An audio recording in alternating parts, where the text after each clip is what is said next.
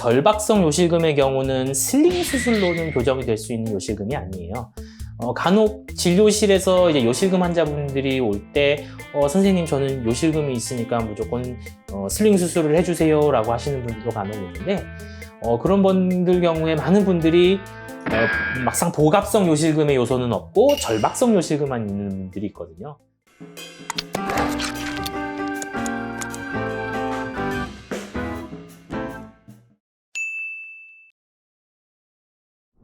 네, 우선 환자가 어떤 타입의 요실금을 가지고 있는지 판단하고 그에 맞게 치료 계획을 세우는 것이 중요하겠죠. 복압성 요실금 같은 경우에는 증상이 심하지 않은 경우에는 우선은 약물 치료를 동반한 보존적 치료를 먼저 하는 것이 좋을 것 같습니다. 약물 치료와 함께 추가적으로 케겔 운동, 골반 근육 강화 운동, 바이오 피드백, 자기장 치료 같은 것을 병행하는 것이 도움이 되고 이 치료법들은 사실 간단하고 또 합병증도 없어서 손쉽게 먼저 시도해 볼 수 있는 방법이고요.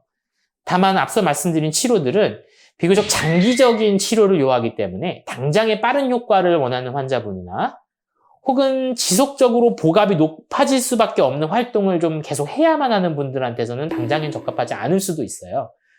그런 경우에는 보존적 치료만으로는 이런 복압성 요실금의 호전이 조금 떨어질 수 있기 때문에 그런 경우에는 이제 수술적인 치료를 다음으로 생각하게 됩니다.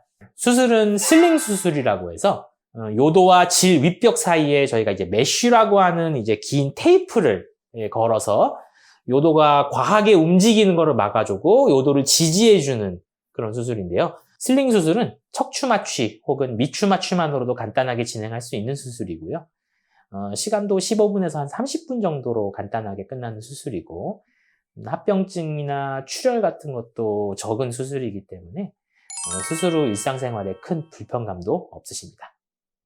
네, 절박성 요실금의 경우도 원인에 따라 차이는 있지만 대부분 먼저 보존적 치료를 먼저 시행하게 돼요. 일반적으로 방광 수축을 억제하는 약체를 마찬가지로 1차적으로 투여하고 약만으로는 호전이 덜한 경우에는 앞서 말씀드렸던 바이오 피드백 혹은 자기장 치료 같은 치료를 병행하면 효과가 있죠. 네, 그리고 앞서 슬링 수술에 대해서 말씀을 드렸었는데 절박성 요실금의 경우는 슬링 수술로는 교정이 될 수 있는 요실금이 아니에요.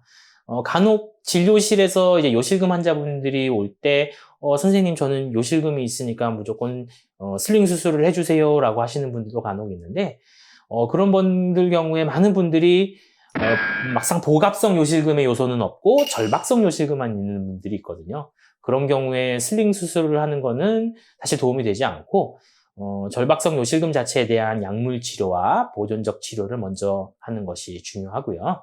약물과 물리치료만으로 호전이 잘 되지 않는 절박성 요실금의 경우는 내시경을 이용해서 방광 내 보톡스와 같은 근육이완제를 주입하는 시술을 하기도 합니다. 특히 남성 환자의 경우는 절박성 요실금이 있을 때 약제 사용에 매우 주의해야 되는데요. 이 어떤 절박뇨와 절박성 요실금이 대개는 노년층, 중년 이상 노년층에 많이 생기는데 이런 경우에는 보통 전립선 비대증을 같이 갖고 계신 분들이 많아요. 그렇기 때문에 절박성 요실금에 쓰이는 약을 잘못 복용하게 되면은 오히려 소변이 잘 안 나오는 배뇨곤란이 되거나 요 정체가 일어나서 방광이 소변이 차가지고 소변을 스스로 못 보는 상황이 오시게 될 수가 있기 때문에 미리 충분한 검사와 정확한 진단 하에 약물을 쓰는 게 무엇보다 중요합니다. 마지막으로 범람성 요실금의 경우는 이 소변을 배출하지 못하게 만드는 원인을 먼저 해결해 주는 것이 중요할 것 같습니다. 예를 들어서 남성의 경우는 앞서 말씀드렸다시피 전립선 비대증이 있을 경우에 그럴 수 있다 그랬는데 그런 전립선 비대증에 대해서 치료를 하거나 혹은 수술을 해줘가지고 소변의 배출을 원활하게 도와주는 것이 무엇보다 중요할 것 같고요. 네, 결국 범람성 요실금은 소변의 배출을 막게 만들 만한 어떤 기저 원인을 해결하는 것이 중요하고요.